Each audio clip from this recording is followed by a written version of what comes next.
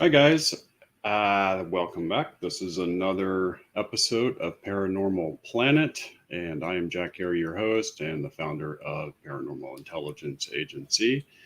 Come by and see us. URL is at the bottom of the screen there, and you will see all of the reports that we offer that are much more detailed than what I cover here. Um, I debated on really how to present tonight's show because it's so interesting that I didn't want to line it up the wrong way uh, so that was lost on you. So we've been discussing the Pentagon's AWSAP program, and um, it's quite detailed. So if you haven't actually been following the last few shows, there's going to be a lot of things in those shows that I'm going to touch upon lightly and briefly on this episode, and not go into a lot of great detail about, simply because it's already been covered, and this is such a vast topic, and it really just seems to keep widening out into a bigger and bigger topic. But needless to say, the last few episodes, we've been talking about the Pentagon's AWSAP program. This was a program that ran parallel to the ATIP program.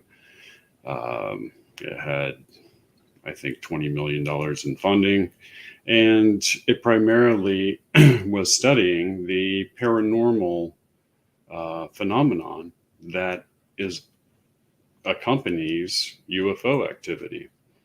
And the chief scientist, who was also the chief scientist at the Skinwalker Ranch, and that plays prominently into this whole picture of what's emerging. Um, his name is Colm Kelleher, and they began to get reports from people that were a part of the program that was studying UFOs and this paranormal activity that was accompanying that activity, the UFO activity.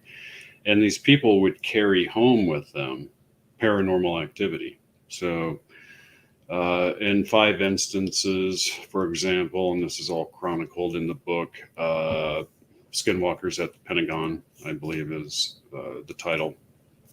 But 5 of those intelligence officers all took home with them a wide array of paranormal activity from the program. This also occurred quite profoundly in people who had close encounters with the UFO craft, including some of the F-18 pilots. Had this continuance of paranormal activity in their lives after they went home.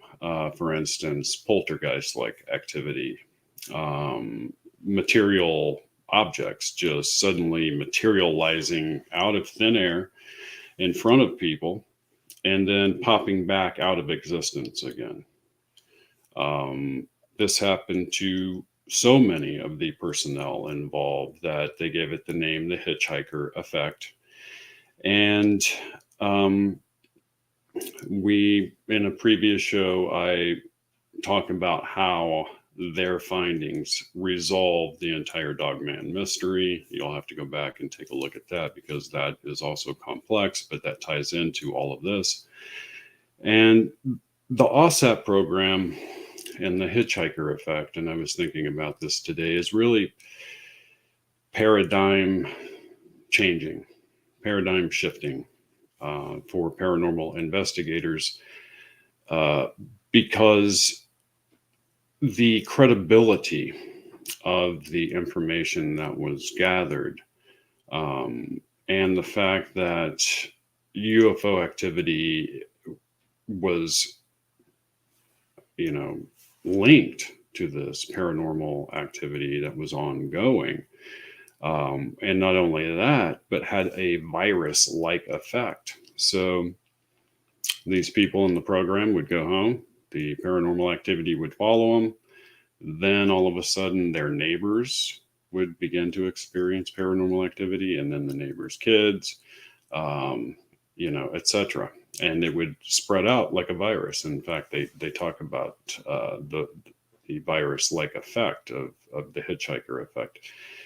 And the AWSAP scientists, in their report to the government, state that the UFO phenomenon, they stop short of saying that it's a national security issue, but what they did say was that it is a detriment to human health, a threat to human health. And they figured that out because a lot of the pilots that filmed the UFOs, people that had close contact with UFOs that they had studied in the program, all had suffered a traumatic brain damage. The brain damage all seemed similar, and it was discovered that interaction with one of these craft causes this kind of brain damage, and it's not dissimilar from Havana syndrome, interestingly enough, and is caused by electromagnetic waves and frequencies.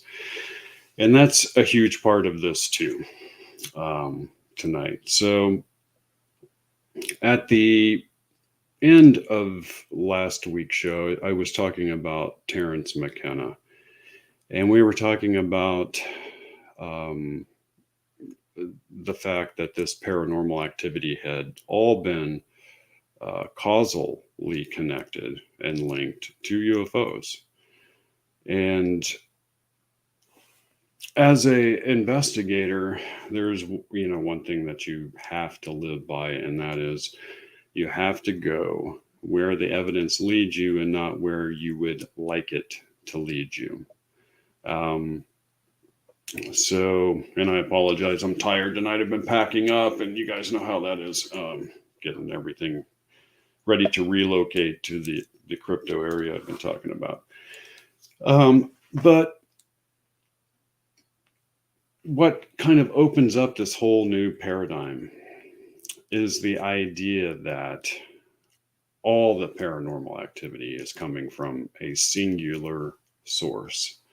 And those of you that have followed my work for a long time know that I founded a theory, developed a theory that I refer to as the unified field theory of paranormal activity.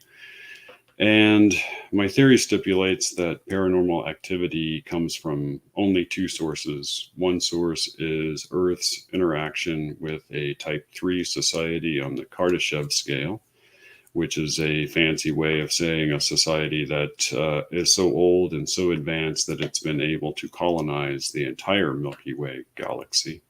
Despite the fact that you might see various species, there seems to be a central overarching authority of some kind, and that really answers Fermi's paradox, the scientist who made the statement, the absence of aliens on our doorstep is in itself significant, although he wasn't paying attention to the UFO phenomenon. And he made it clear, even with really advanced equations, that even using the Drake equation, at least one of those societies would have survived long enough by now to have colonized the whole galaxy. And so that half is all covered with UFO activity. Animal mutilations, UFO abductions, etc. Half of all paranormal activity is that kind of activity, ET-related activity. The other half of paranormal activity is interdimensional in nature. Now, and that covers every other kind you can think of, even ghost activity, right? And, I developed that theory after, 27 years now of investigation. It began to appear to me that there had to be a singular source. And the reason why is because I began asking myself, what kind of reality are we living in where you have all of these things happening independent of one another? the odds of that? What is the probability of that? I mean, the probability of living in a reality where only one paranormal type of activity could occur seems unlikely. And here we have this vast array.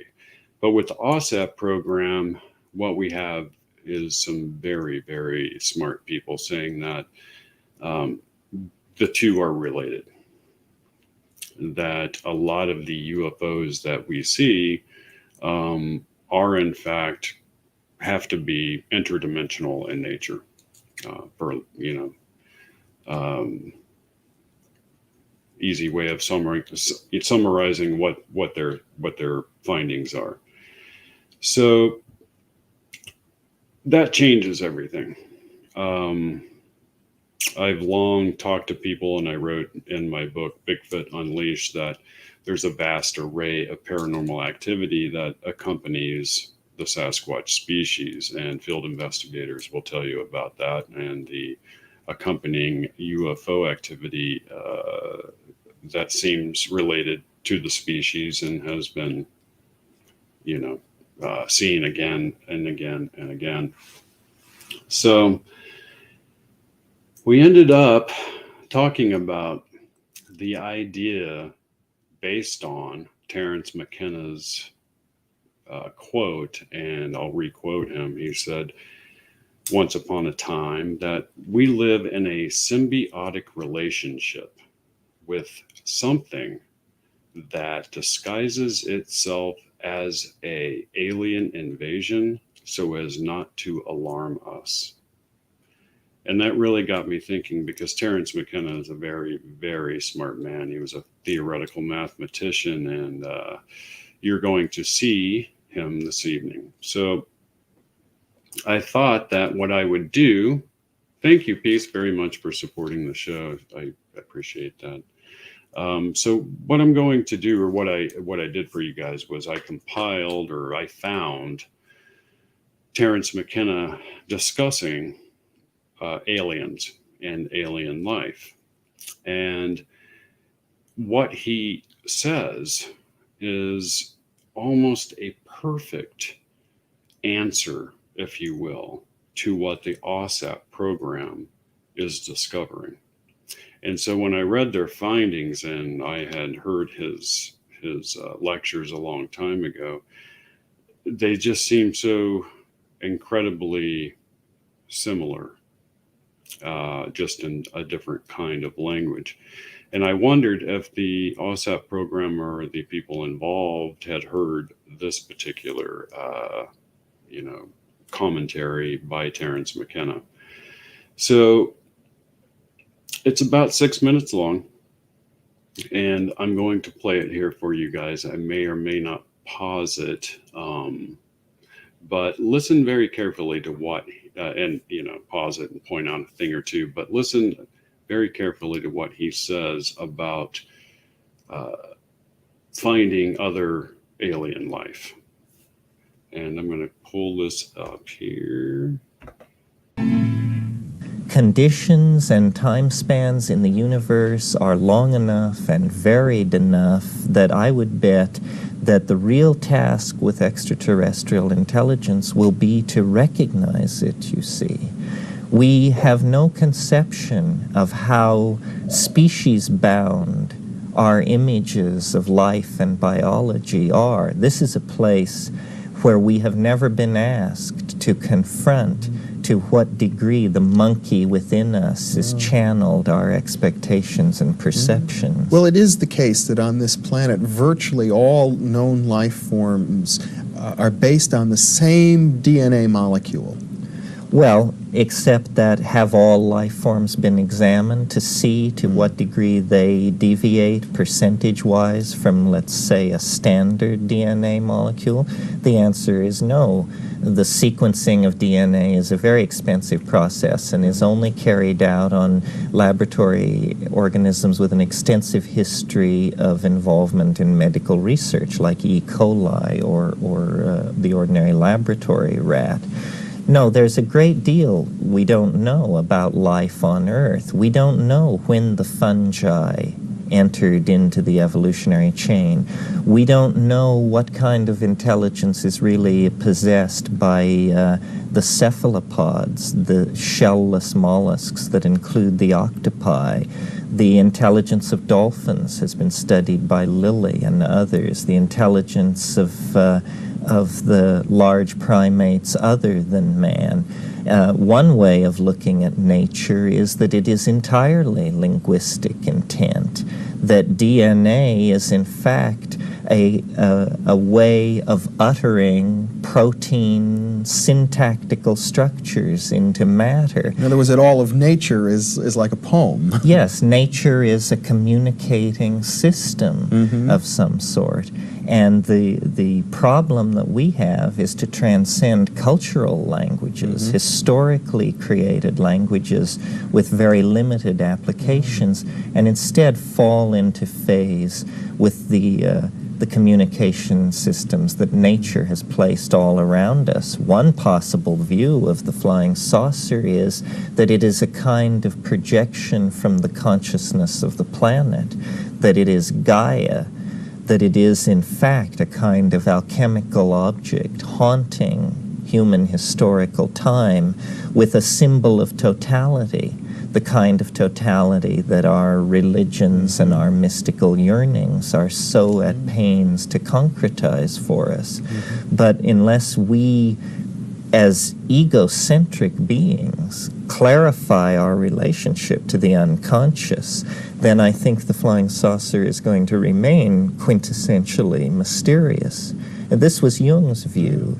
One of the things that Jung pointed out in this book is that we must pay attention to the research which Dr. J.B. Rhine was doing at that time at Duke University in ESP and psychokinesis, and that even if UFOs had a physical reality, could be photographed or could be weighed and measured, that they still might in some manner be projections of the human mind. Oh yes, this is an important point to make, which the flying saucer people are forever misunderstanding, and that is saying that the flying saucer is a psychic object does not mean that it is not a physical object. Jung in Mysterium Conjunctionis is at great pains to say that the realm of the psychic and the realm of the physical meet in a strange kind of never-never land that we have yet to create the intellectual tools to explore. This is where the mystery of synchronicity is going to come to rest, the mystery of all kinds of paranormal activity on the part of human beings, and the mystery of the flying saucer. It's interesting, you see, that if you take the broad world of the so-called mysteries, parapsychological, shamanic, extraterrestrial, so forth, and hypothesize another spatial dimension, one more spatial dimension, then suddenly all these mysteries become trivial. They are easily done. Locked boxes are opened, future events are discerned, lost objects are found.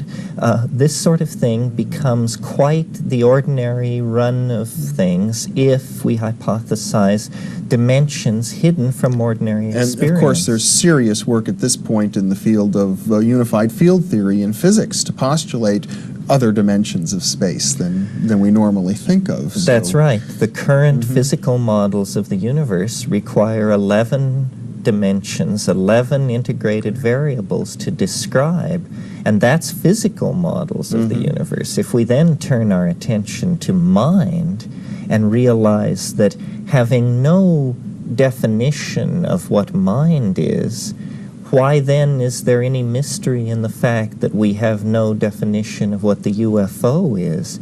The mind is present at hand in every conscious moment. It has been our constant companion for 50,000 years, and we haven't a clue as to what it is.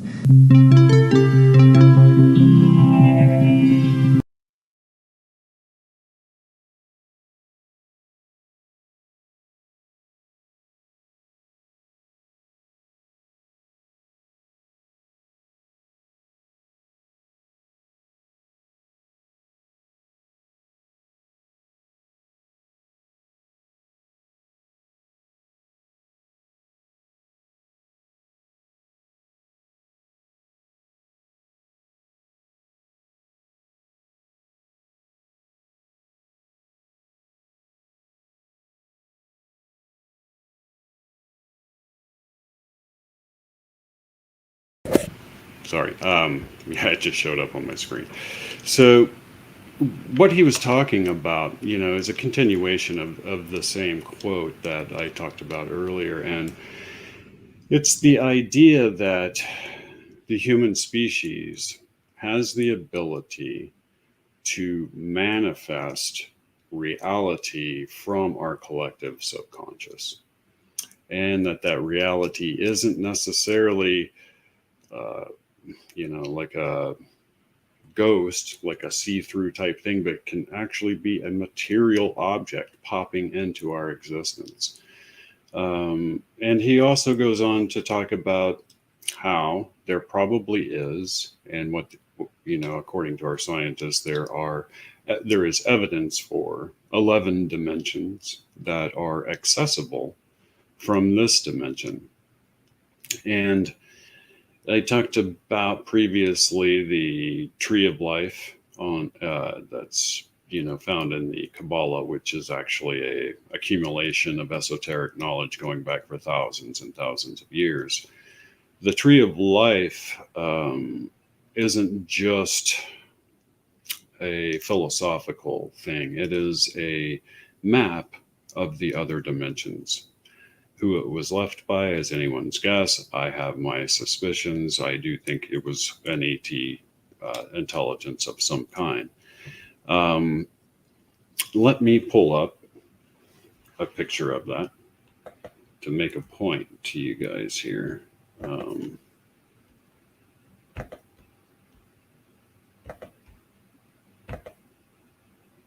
Okay, so I'm going to bring this over.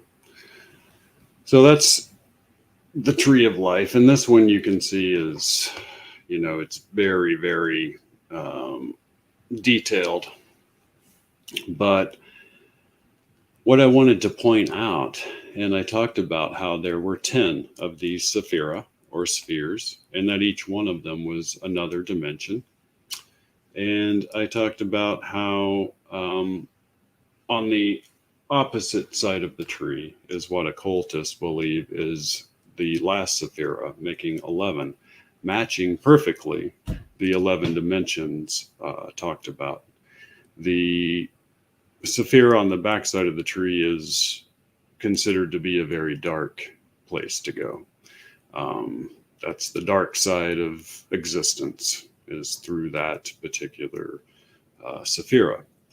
The pathways that you see between the different dimensions have numbers which equate to both ancient Hebrew letters and to Enochian language that I pointed out. And it's within those numbers and symbols that you find the frequencies of accessing these dimensions. This was something that was left thousands of years ago and has been carried through. What most people don't realize is that there are 22 paths. There are 22 letters in the Hebrew alphabet. There are 22 letters in the Enochian alphabet, and there are 22 trump cards in the tarot deck. Now, those trump cards have the number and has the letter of the frequency of that path right on it. And so in the tarot is a copy of this map. Nobody really knows where the tarot deck came from, but it appears to be a depository of a ton of different esoteric information, all done in pictograph form. And only people that have been exposed to that kind of information can see the symbolism in it. So that's basically what that is. So I found it very interesting that he talked about the 11 dimensions.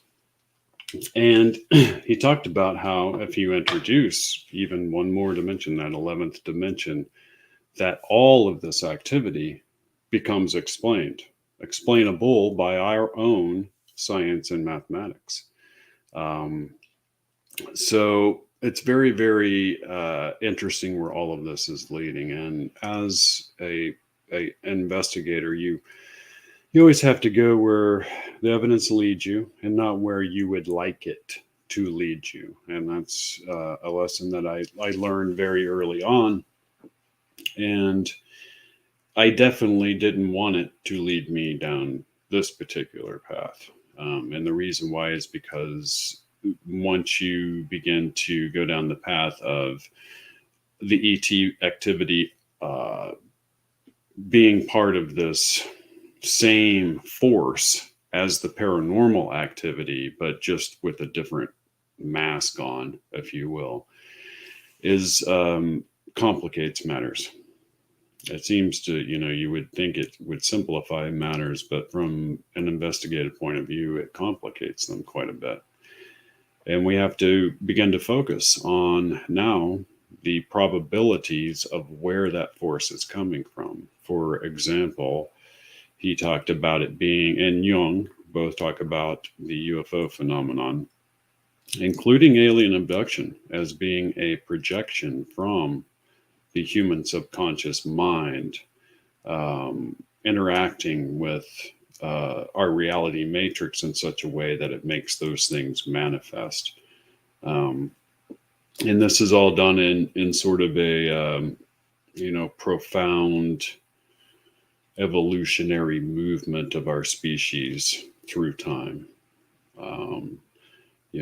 If you think about it, the symbol of that kind of technology, high technology, is exactly what we envision for ourselves as a species. That's what we want, and it's what we want to become.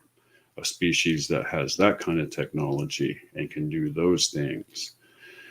And he makes a very good point with what he calls the monkey inside us. Now, any biologist and astrophysicist will tell you that life is so complicated and so complex and requires so many different combinations, whether on purpose or not, that the likelihood that all of those combinations would happen exactly the same way on yet another planet and produce something that looks roughly like us, even bipedal, upright, kind of think alike, kind of make technology the same way, kind of, both have languages, that kind of thing, should not happen. And that leads us back to the Type 3 civilization. And the only way that could happen on this particular dimension is if all of those humanoids were seeded by a much larger, much more advanced Type 3 civilization. We have to begin to think much, much bigger than what we think now. A civilization so big, so vast, so advanced that it seeds entire planetary systems. These humanoid creatures pop up, and later it comes and farms all of that back into its civilization. That would be one way to explain the fact that the ETs, any of them you want to mention, the Greys, the Reptilians, the Nordics, all of those different faces are all humanoid. They all can communicate with us in our logic, in our minds. It's very, very strange that an alien life form would be able to do that. And that's one of the things that has kept biologists and scientists from saying that gray aliens are possible, because the odds of two humanoid species, and then those two species actually coming in contact with each other in this universe is, it's very, very interesting. And we have to look at that. If you consider the fact that this is all interdimensional in nature, then a lot of things also begin to make a whole lot of sense. So, and it's the interdimensional thing I'm going to kind of end up on tonight. I did want to talk about the other theory. And this was the one I proposed last week. And that theory is the theory of the crystal entity. He would call it, McKenna would call it Gaia, or the spirit of Gaia. I call it the crystal entity because I think it's highly possible even probable that some type of life form lives within the crystalline structure of this planet and is somehow interacting with us as an intelligent species in the way that it's chosen to do so. I'm going to give you guys an example. So, in my unified field theory of paranormal activity, I point out that in areas around America and around the world, there are small geographic areas that experience a wide array of paranormal activity. What all of those areas have in common are high concentrations of quartz crystal underneath. Um, so vast are the deposits that when they are compressed or ionized, they can actually create electromagnetic fields that are so strong that they can rip a hole in the electromagnetic membrane that separates this dimension from another. That hole allows for momentary interaction, and we refer to that as paranormal activity. Now, Michio Kaku will point out that they are pretty much 100% that those dimensions are there. He points out that if they are there, then there are surely creatures living on those dimensions, and some of them would have been probably advanced enough to have found a way into this dimension, right? And it struck me how interesting that viewpoint is when you look at that original FBI document that was published shortly after Roswell. And guys out there that have been watching the show know the document I'm talking about. Let me bring that up because point number 6 is the point that I want to bring up before I kind of close up things. So let me do a share here.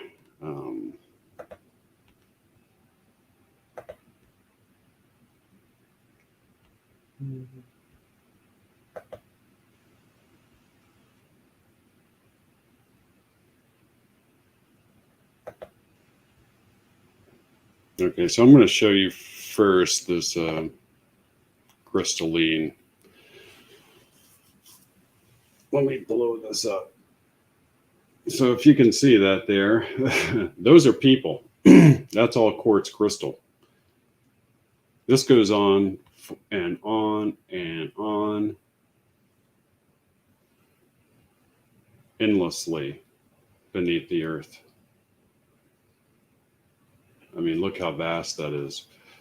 That's what I'm talking about when I'm talking about these vortex areas that have that kind of quartz crystal. Now, as the Earth moves through space, there are minute fluctuations in its mass. Those minute fluctuations cause the crystals to ionize. And when they ionize, that's when they produce these incredibly strong electromagnetic fields. In my unified theory, that's the mechanism by which this interdimensional activity takes place. We live on a planet where there are natural doorways into other dimensions, and that's why I call it the paranormal planet, hence the name of the show. But I thought it would be interesting to show you what I was talking about. Now, let me bring up the FBI document. And point number 6 that it makes is a very, very interesting point for us at this stage. We have to remember this is right after the Roswell incident. So let's see here.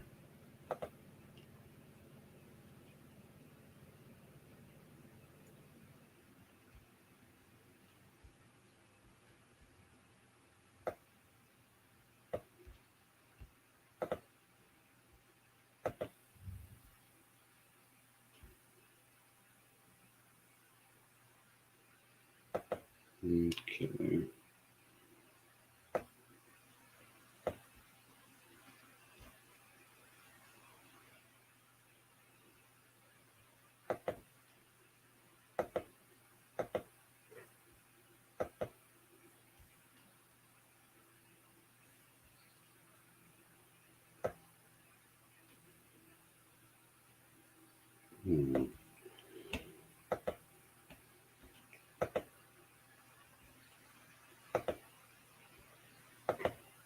There we go.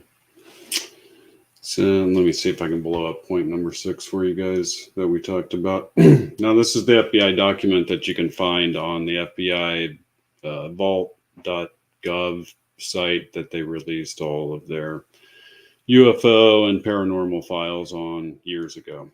A lot of people don't know they're out there, and it takes a lot of digging and stuff, but there's some good stuff. Number 6, the bodies of the visitors and the craft also automatically materialize on entering the vibratory rate of our dense matter.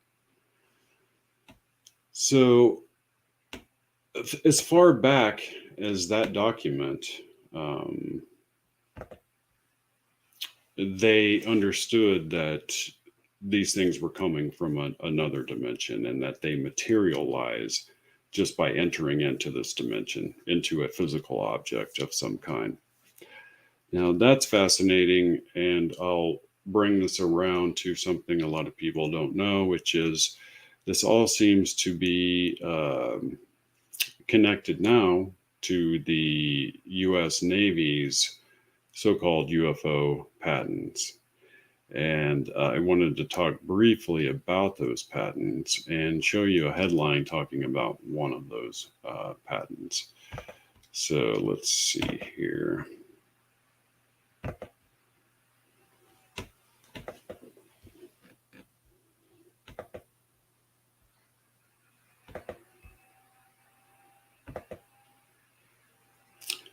The U.S. Navy controls inventions that claim to change the fabric of reality. That's quite a claim. And this is one of many, many different research articles that you can find out there. And it says, not only that, if the vacuum creating technology can be engineered, we'd also be able to engineer the fabric of our reality at a most fundamental level. This would lead to major advancements in aerospace propulsion and generating power, not to mention other reality-changing outcomes that come to mind. And there's another part to this article that I'm hoping that they have in here, which is a leaked memo from this program. So please forgive me for a moment while I try to scroll through and find it.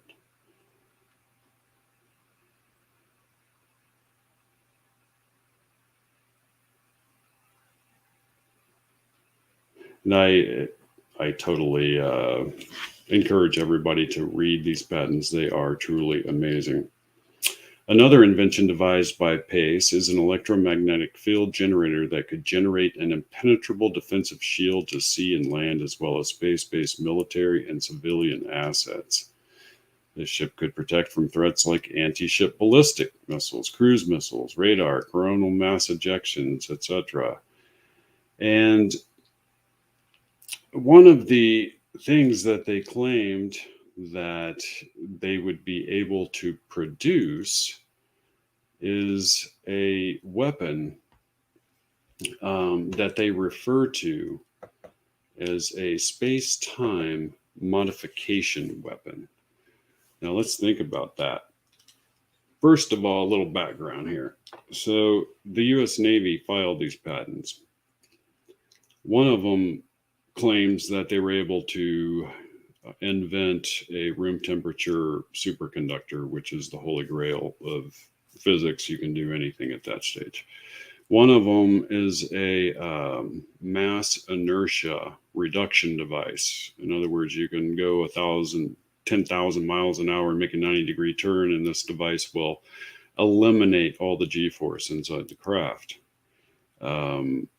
A third was this electromagnetic field, which is basically a force field, and that's something that Nikola Tesla often talked about, along with his death ray. All of his papers went missing when he died. Of course, the U.S. government got those papers, and now we have a patent showing a force field, electromagnetic force field. One of the patents covers a hybrid craft that can travel both in the air and under the sea, which was something reported by some of the sailors aboard the Nimitz and other naval ships. But the most interesting thing was their mention that they're able to produce, or will be able to produce, a space-time modification weapon. This is mentioned in a leaked memo that was part of that program, which you can find online.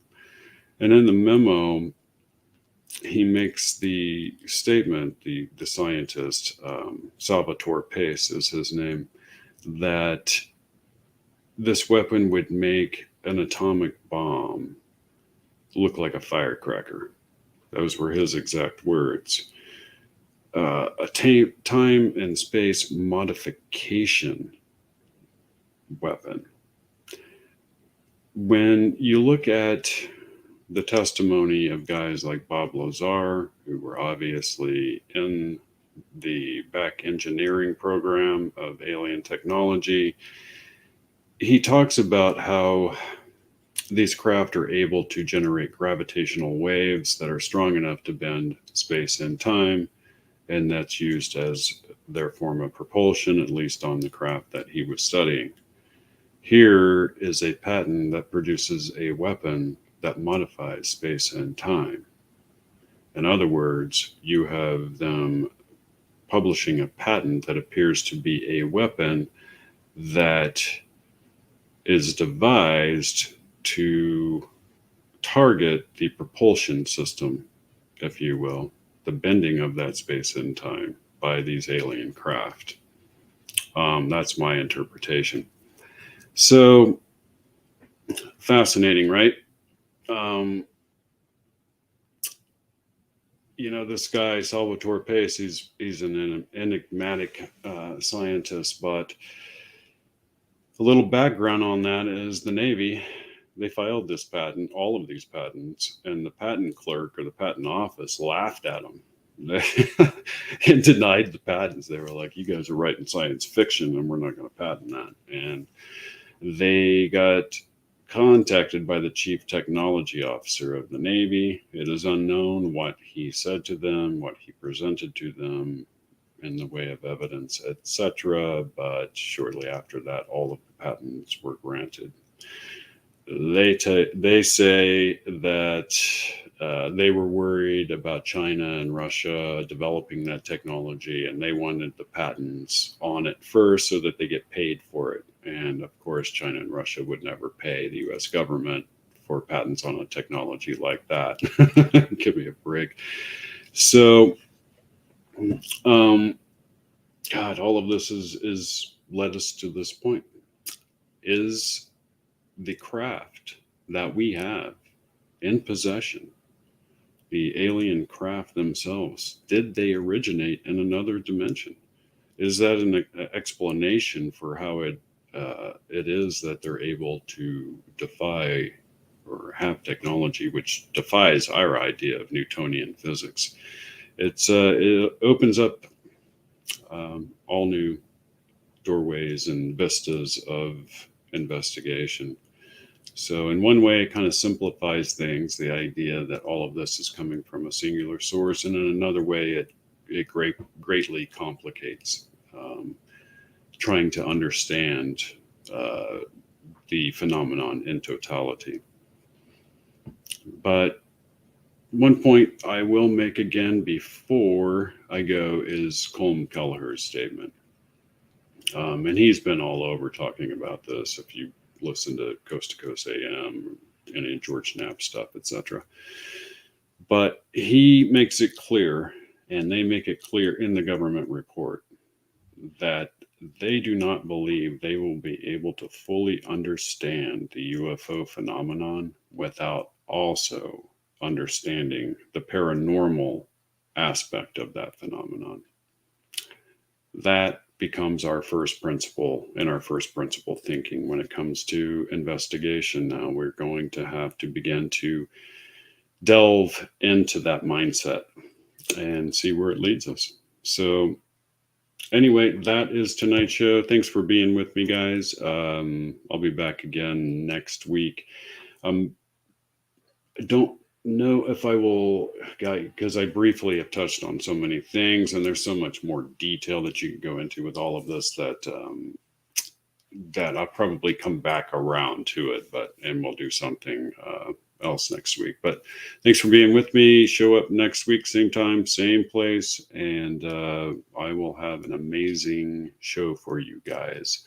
Thank you so much, North Carolina, Jeannie, for supporting the show. We truly appreciate it. So it makes all of the work worthwhile, and it's my joy in life to share this information with you guys, because I spent a lifetime accumulating most of it. So anyway, I'll see you guys next week. Thank you so much, everybody. And until then, keep your eyes to the skies.